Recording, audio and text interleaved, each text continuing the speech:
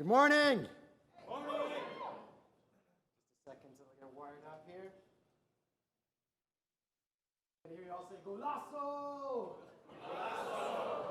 Awesome. Chris. Chris. Hold on, AV. I'm going to tell you more than just the Golazo story. I was struggling today. It's a hard topic to come and talk to a bunch of entrepreneurs when you're an entrepreneur and about what can they learn from me.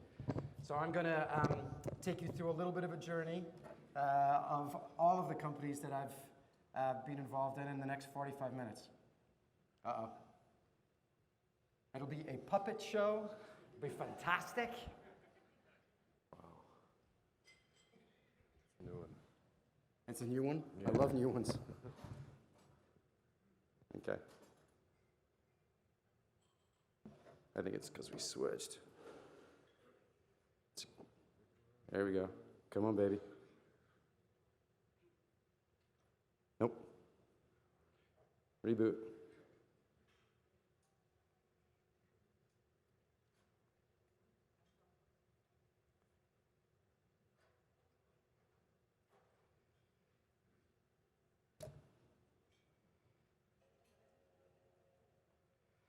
While this is doing this, my presentation is called Why Be in the Navy When You Can Be a Pirate? I've been a pirate my whole life since I was a little boy, inventing things, inventing companies. I'm an inventor. That's what I do for a living. I've done it my whole life. Now, the traditional pirate, you think of, but for me, the inspiring pirate is someone who advocates for a disruptive thought, someone who galvanizes around a mission and recruits a bunch of people to pursue that dream with conviction and compassion, but with urgency. So everything I've done in my life has been to think of a big dream, to recruit a bunch of people to come with me, but always to pursue it with passion and a sense of urgency. The pirates that inspire me are not the Johnny Depp pirates. The pirates that inspire me are people like Shackleton, who used an interesting HR technique, which when he was recruiting his team, he let people know that they were likely not to come back. You can forget everything that I'm going to tell you today and watch a movie called Shackleton's Antarctic Adventure. I want you to watch it with your team. Oh, we're back. Thank you, sir. I want you to watch it with your team. Hold on, just till I get that right. No, thank you. And I want you to look at what happens as an entrepreneur. In an entrepreneur, things go wrong every single day. You're faced with disasters every single day. But I promise you in this journey, it's not how many times you get knocked down, it's how many times you'll get back up. And in my life, that has been so true throughout my whole journey as an entrepreneur. I'm Scottish. I came here as a first-generation immigrant when I was 20 years old. I was too young to go to business school in Scotland, so I came to a country that was based on a pioneering spirit. That country is America. When I was young and in your seats, there was nothing like this sense of community. As a pioneering spirit, as an entrepreneur, it was a lonely and often desperate pursuit. But inside my heart was the willingness and desire to try and make a little bit of history and pursue a dream. And in the next 45 minutes, I'd like to take you through that journey. And my job today is to inspire one of you. If one of you in this room feels the sense of conviction that you can pursue your dream too, then I've done my job. Are you with me?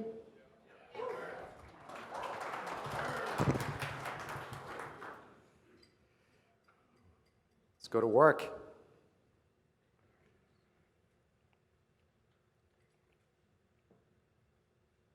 So I'm going to skip the beginning that had all of that in it and then jump to my first journey.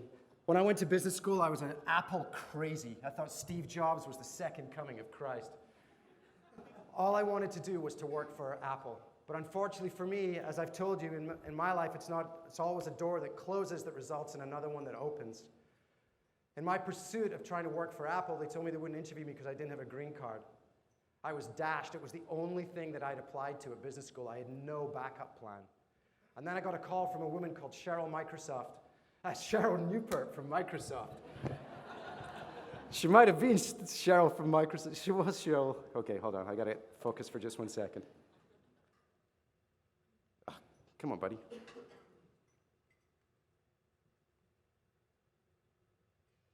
Oh, it's a great Apple ad right now. All right, now we're rolling. So, pirates, that's funny. This is from Shackleton. I want you to watch this movie. Amazing how much they overcome, and I won't spoil the ending. I've had some good ideas and some bad ideas. Don't sell fish door to door. There's a shelf life problem with that particular business. It's really, really terrible. So the first group of pirates that I end up working with is this unruly bunch. Now, I wasn't early enough into Microsoft to enjoy their company, but I did enjoy this motley group. This is me in my first job at Microsoft, 2,300 people. There I am, right there. We were down and working on OS2, my first job. I'm reading Gordon Letwin's OS2 book on the plane as we fly down to Florida, and I'm going to work on operating systems. I'd gone from being a paper boy to working at Microsoft. It was my first job. It was unbelievable. I couldn't believe that they were giving us free computers. This was in 1988. 1988. It was extraordinary. Microsoft for me was a place where I could be an entrepreneur. I had the ability to start businesses. I started more than 12 businesses for them. I wasn't one of the founders of Expedia, but they did end up in my consumer group division at one time. But I did do CarPoint. I did do Sidewalk, which is one of my favorite things ever. 12 different startups for Microsoft. It was an incredible journey for me. Shaved head, crazy passion. It was Lotus, WordPerfect, gone, gone, gone. It was unbelievable. But after 10 years, I became what's called old school. People would refer to me as old school, and the culture was changing. And for this pirate, I now felt, okay, I'm going to go off and pursue another mission and see if I can create a new journey for myself. But I had no idea what that journey was going to be. And so I left Microsoft in 1997, and I had nothing. People would come up to me and say, hey, Richard, what are you working on? What do you have? What do you got? I had nothing. It was the most depressing moment in my life. I was spending all of my time in the basement trying to figure out what I was going to do next and finding myself at 5 o'clock in the afternoon still in my jammies. I needed an idea. The next chapter in my life is a moment when you don't know where a good idea is going to come from. The next chapter in my life is Cranium. It was a rainy Sunday afternoon.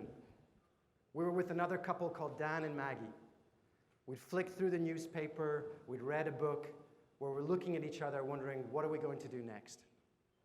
Now, there's a word in the English language that can send shivers down my spine, and that word is Scrabble.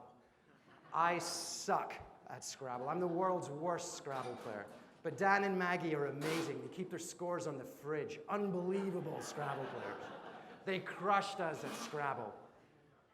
But there's another word in the English language that makes me rise up and rally cry, and that word is Pictionary. I am unbelievable at Pictionary, never been beaten. You can draw a straight line and I'll say, Mount Rushmore! We crushed them at Pictionary. And my little antenna went off, and I thought, why isn't there a game that has something in it for everyone? Why isn't there a game that gives everyone the chance to shine? And with that simple thought, why isn't there a game that gives everyone the chance to shine, I started to draw on a napkin what a game like that would look like. Hi. That game, I had no idea would become the fastest selling game in history. I had no idea that it would sell 44 million copies in 22 countries. I had no idea the history and the difference that we would make in people's lives. Two guys who'd never been in the games industry before stepped forward. And in a world where it was the weakest link, in a world where it was you're fired, in a world where it was who was going to sleep with whose girlfriend on an island, we stepped forward to create a different type of company. We stepped forward to create a kind of company that would give you, your children, your mom and dad, nieces and nephews. We stood for something different. We wanted to unite families. We wanted to give everyone a chance to celebrate what's inside each of you, which is a special talent. We were Cranium. The next moment in my life was never underestimate the importance of a prototype. If you're an entrepreneur, get to prototype as quickly as possible. This is the first Cranium game that was ever made. I did this in PowerPoint. Yes! For those of you who have played Cranium, you will see some things that will be familiar. You'll notice that this was before we had the characters, but you can see we already had data cards, drawing, word, act. You'll also see some of our early mistakes. I draw your attention to the lower right-hand corner, the lobotomy spinner. This was how you chose which deck of cards you were going to pull from, was the lobotomy spinner. Bad idea. So we tested this in my living room in my house. We picked the 8 hardest core Microsoft program managers that we could find. If you've ever had a baby and you've held it up and people have told you it was ugly, that's what happened to us. But those hardcore Microsoft people saved us over a year in product development. They were so rigorous and so cutting in their feedback, and we listened so hard and we iterated so quickly. From January to June was how long it took us to get Cranium done. Trivial Pursuit, 4 years. Pictionary, 3 years. Cranium, 6 months. Get to prototype, get it in front of people, listen, test, and then ship. You have to ship. And for us, we shipped. And this is what it looked like when we shipped. This is me and my buddy Wit. This is the first 12. I've got a lot more hair there. This is the first 12. That's me on the right, in case anyone's wondering. This is the first 12 games of Cranium that we had ever shipped. In the background, you can see some of the other packaging concepts that we'd found. We found this kid who had a head the size of a melon, and we were like, wow, he could be a great spokesperson for Cranium. Fortunately, we didn't go in that direction. But this is us at the beginning of that journey. We were about to make history. Hi, Chris. Oh, thanks, man. I appreciate it. A couple of years later, this is us in the front of Inc. magazine. The smartest small company in America. Unbelievable. Whit and I were in Newark Airport when we saw it on the shelves. We bought every copy for our mums and dads that we could find.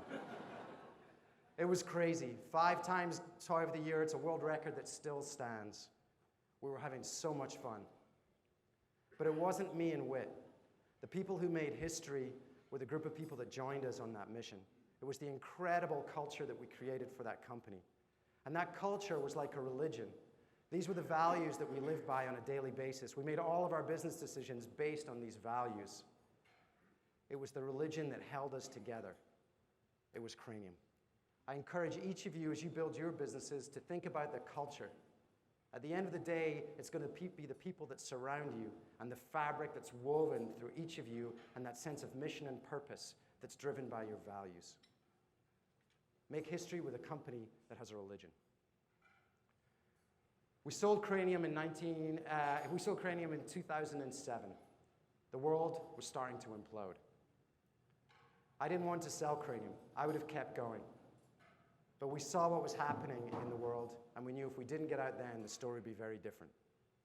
So it broke my heart, but we decided to sell, and once again, this little pirate had to figure out what he was going to do next. At a moment in a Starbucks store where my daughter, I have 3 kids, one of my daughters is called Remy. It's 8 in the morning, I'm taking my kids to school, we're in Starbucks, Remy wants the apple fritter. Not a good idea.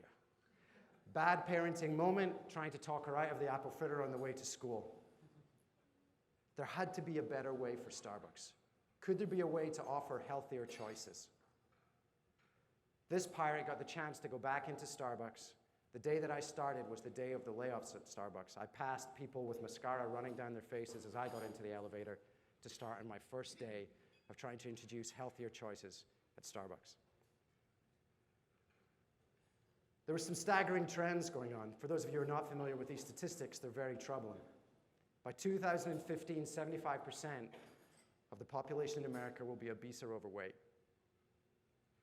75% of Americans will be obese or overweight. In all of this crisis, I also saw an incredible financial opportunity, which was the healthy food market was growing twice as fast as the traditional food business.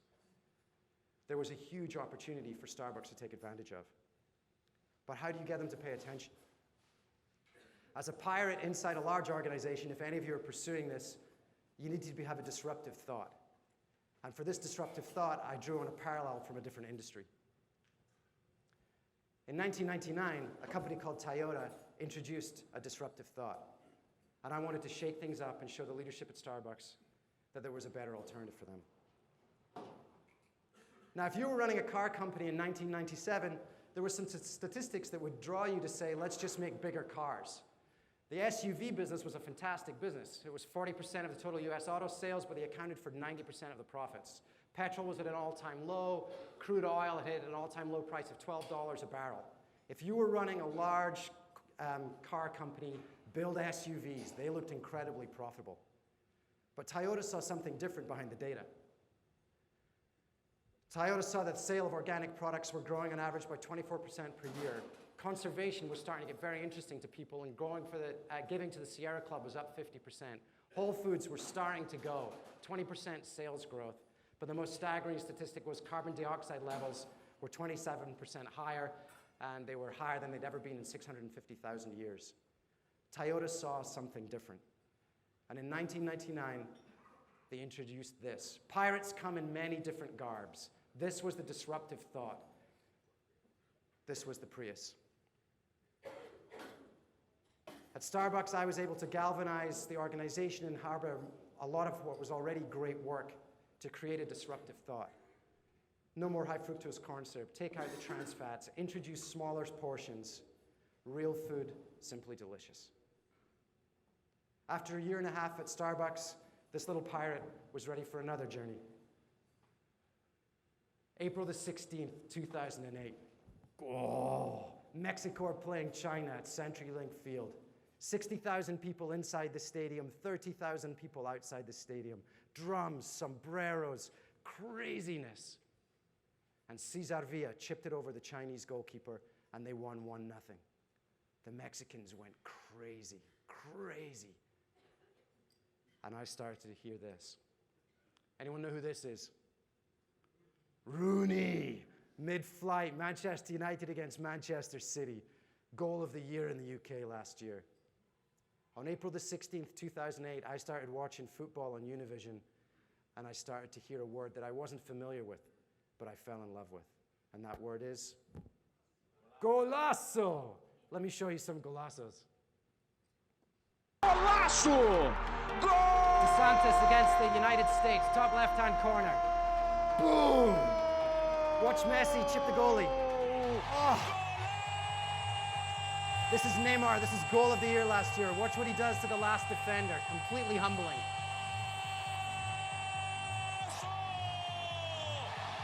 Oh. US women from 20 yards. Boom! Watch this from halfway. Oh! Rooney midair. Bang! Oh! Whew! Over and over again. Golazo, golazo, golazo. The word that is screamed at that heightened emotional pitch for soccer people sliding across the carpet in front of the TV. Golazo!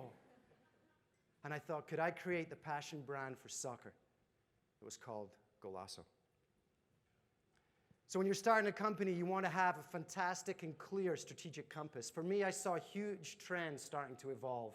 First was the emergence and passion around soccer, the fastest growing participation sport, the fastest growing audience sport, and the World Cup in 2014 in Brazil. We started the company just so we could get good tickets. The second huge trend we saw was the growth in the Latino population, growing 9 times faster than the non-Latino population. In 10 years' time, 60% of all US teens will be Hispanic. The world was changing. And the third big trend we saw was the quest for all natural products. In a world that's dominated by sugar-laden beverages and synthetic ingredients, could we launch a line of beverages that would be all natural, non-GMO, and much healthier options? We were off and running. The pirates united. It was time to create another passion brand, and this one would be the combination of a personal passion with a professional pursuit. We're going soccer crazy. For those of you who consume Rockstar, I want to draw your attention that every time you drink that can, you are consuming 6 donuts. We not only saw an incredible economic opportunity, but we saw the chance to do something better for society. We were going to launch products that would be healthier options. These are my guys. I love to call them my strikers and hardworking midfield. We have 8 products in the marketplace today. We have an all-natural sports energy product, 50% less sugar than the competitors, phenomenal flavor with electrolytes. And then my hardworking midfield. This is our hydration product that has coconut water for potassium, 50% less sodium than Gatorade, and much better flavor. Healthier halftime. These products, our energy products, is now the #1 selling drink in Whole Foods, energy drink in Whole Foods. We're selling ahead of 70% of the market in QFC. We're on a roll. People thought I was crazy when I said, let's put a ball on a can. They thought it was crazy to use a Hispanic name. They thought calling the flavors mango limon, mandarina, Jamaica, crazy. Pirates like craziness. We like disruptive thoughts. We like changing the rules. We love making history. Important when you're building a brand is to think about authenticity. Authenticity is how you build trust and allegiance with your tribe. When we were building the business, my buddy who I started with is a guy called Alex Rosenast, and Alex and I fell in love with a stencil of Messi pointing to the sky that we found in Buenos Aires. We loved it, but we couldn't afford Messi. But who could we put on the front of the can? So we ran an ad on Craigslist to find somebody that looked a little bit like Messi. We found Lee. Good-looking kid, curly hair, could point to the sky, you're hired. This is my buddy Troy Nebaker, who's taking photographs of Lee for the front of the can. I'm behind Troy, and I've got a soccer ball in the office, and I'm rolling it around, and I flick it to Lee, and he catches it, and he gingerly rolls it back to me. I'm thinking, uh-oh. I'm playing with it again. I flick it to Lee. He catches it and rolls it back, and I'm thinking, oh, my goodness, this kid doesn't use his feet. So I say to Lee, Lee, do you like football? No. Have you played soccer? No, I like softball. Uh-oh. How can we have a softball player on the can? You're out, Lee. We had no one. And then lo and behold, in one of our focus groups, this young man walked through the doors. And sometimes when you're building a company, you get a little bit of luck. Our rallying cry is born to score. We want to instill every one of our customers with this human potential and the belief that inside each of us is that chance to be born to score.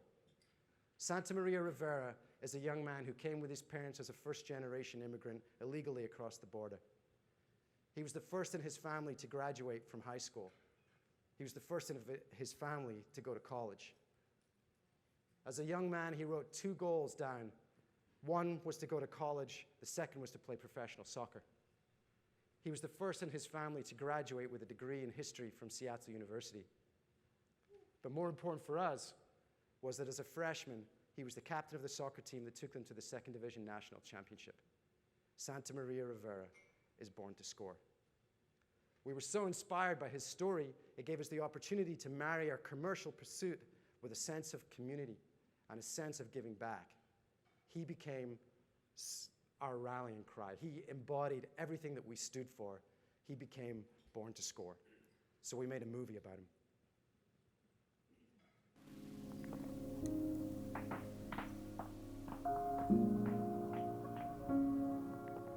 What if you had a chance to make a film about your life? What stories would you tell? Would you only choose to tell the highlights? I went to college, played professional soccer, played in magnificent stadiums. In this case, I choose to tell it differently. I choose to tell my story in reverse. My name is Santa Maria Rivera. I come from a very tough place.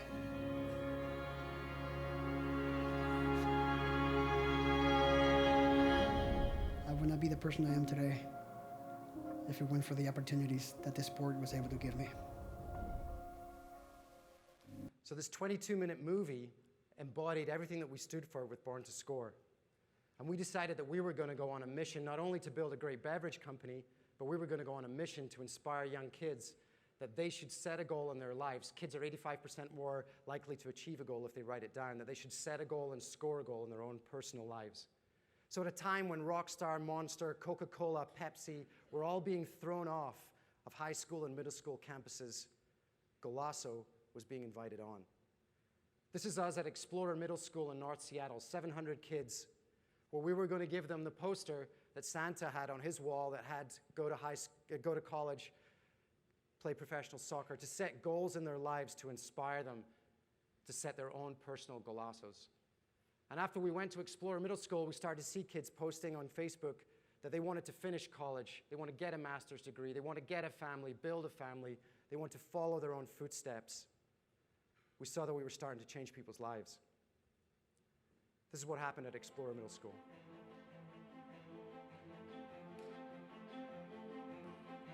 I think we are witnessing a hero right here in Santa Maria Riviera in this story. An improbable life, many of you young people have that within you, and our message for you is that there's opportunities for you and to live this same dream. At Golazo, we believe that each and every one of you is born to score. Golazo, for me, it means that spectacular moment when someone ordinary does someone spectacular. That's Golazo. I used to have a piece of paper taped on my bedroom wall, and I have two short-term goals, but I always have those constant goals ahead of me, the big ones that never change. One of them was attending college and graduating from college, and the second one was playing professional soccer. And whenever I had any challenges, whenever I had any obstacles, like I said, there will be many, I always went back and looked at that sheet, and I said, you know what? I still need to accomplish those goals. It's what kept me going. This poster is one that will allow you to set 4 goals for yourselves.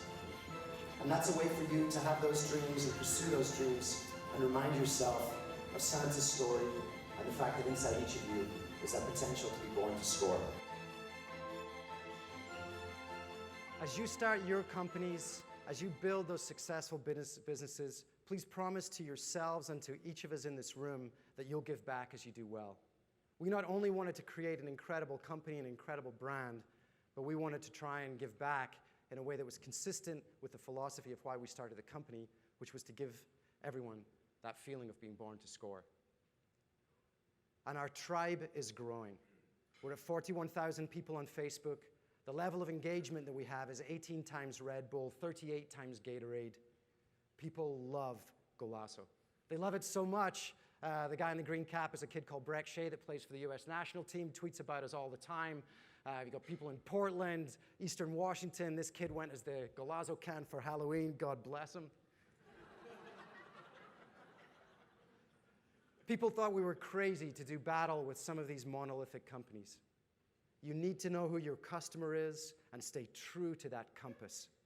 These are our peeps, and they were supporting the growth of our company. We're now 400 days old over the last 400 days. When I started my journey as an entrepreneur, as I mentioned to you, there wasn't this room. There wasn't the sense of investors wanting to get close to entrepreneurs. There wasn't this sense of community. As you start your journey today, I introduce a calling to you. If not us, then who? If not the people in this room who are going to create history, who are going to step forward to pursue their dreams, then who? And if not now, then when? This is your moment. Embrace today, embrace the learnings, embrace the opportunity to meet those financiers, but step forward because you are the pirates. My name's Richard. Thank you so much for your time today. I really appreciate it. Good luck today, Golazo!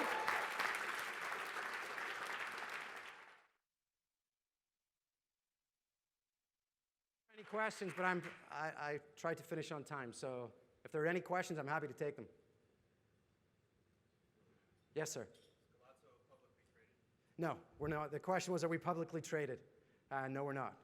We have received some investment. We've got some great investors. Howard Schultz is an investor in us. We have Angelo Moratti, who owns Inter Milan. Whoa, am I going to Italy? Yes. But we've got some great investors, but no plans to go public. Yes, sir. Have you had any startups that failed? The question was if I had any startups that have failed. Yes. I've had many bad ideas. I've also tried to raise money and not been successful. One of the failures that I like to talk about was when I was at Microsoft. I ran the CD-ROM business for Microsoft. And during that time, we had an idea for an infant healthcare product. We discovered that the time for humans when they'll spend the most money to get information is when they have an infant. And so we created this expert system that was this really cool expert system to build. It was kind of referring you if you had an issue with a baby. And so I had 11 people. We were cranking for about 7 months, and we went to the first bill review. And if he starts rocking, you know you're in trouble. And sure enough, he started rocking, and I was like, oh, God, here we go. And then he flicked and said to me, he said, well, what if we get sued? And the vulnerability in that business, I was so focused on the positive aspects and how much money we could possibly make for the delivery of that content. But the vulnerability for us was if something went wrong, if there was a malpractice suit. So that was an example of where I hadn't thought through both sides of that equation, and it just wasn't the right business for Microsoft. And we shut that business down in that meeting. So yeah, I've definitely failed. And failure, you know, Michael Jordan, he tells you he learned more from losses than he did from wins. And you know, I think that's true. And I think, you know, we fail every day. And the reality is you just have to learn from it and make sure you don't make those mistakes the next time that you try. But if you're not failing, you're not trying hard enough. Yes, sir. What was your process for coming up with your strategic lens? The question was, what is the process for coming up with a strategic lens? I try and do that with every business that I've started, whereas I look on the landscape. I mean, hopefully in the examples that came through today, whether it was Starbucks when I'm looking for the big trends that are going to affect their business, Cranium, it was to have a disruptive go, zigging when everyone else was zagging. I didn't want to go negative. I wanted to go positive, so that was everyone shines and going in that direction. For Golazo, you know, people, it's a tough business. I'll be perfectly honest with you. Going up against the competitors. With the games business, Hasbro and Mattel were kind of asleep at the wheel when we launched the games business. Red Bull, Rockstar, Monster, those guys aren't asleep at the wheel. I mean, they're ferocious competitors. So I wanted to find a real point of differentiation for us, and looking for that point of differentiation. Soccer was easy because that's the genesis of the brand. But the Latino was born out of this word and where Golazo came from. But then I learned more about what was happening with Latino. And then All Natural was, again, to look for a point of differentiation and make sure that we could talk to the type of customers that we could build our brand with. I would encourage all of you, as you think about your business and as you pitch it to the VCs, to think about your strategic lens and make sure that it takes you to a place that has a real strong sense of differentiation and a point of uniqueness in the marketplace. One more? Yes, madam. You mentioned core values were really important. How have they changed with the different companies that you've launched? That's a great question for me. The question is, how have the values changed with each company that I've started? Honestly, I'm an incredibly positive person, and so for me, I always wanted to stay positive. So with Cranium, it was give everyone the chance to shine. With Boom Boom, it was make big ideas bigger. And with Golazo, it's born to score. So I promise you, with every company that I start, the values are going to roll up to something positive and be aspirational. And that's just the kind of person that I am. I would rather bring that to the world. I'm very white light versus dark light. I'm going to bring the white light. And the values, there's always 5 to 7 of them, and they form the religion. We have the same thing for Golazo. All right, thank you guys so much. Enjoy today, Golazo!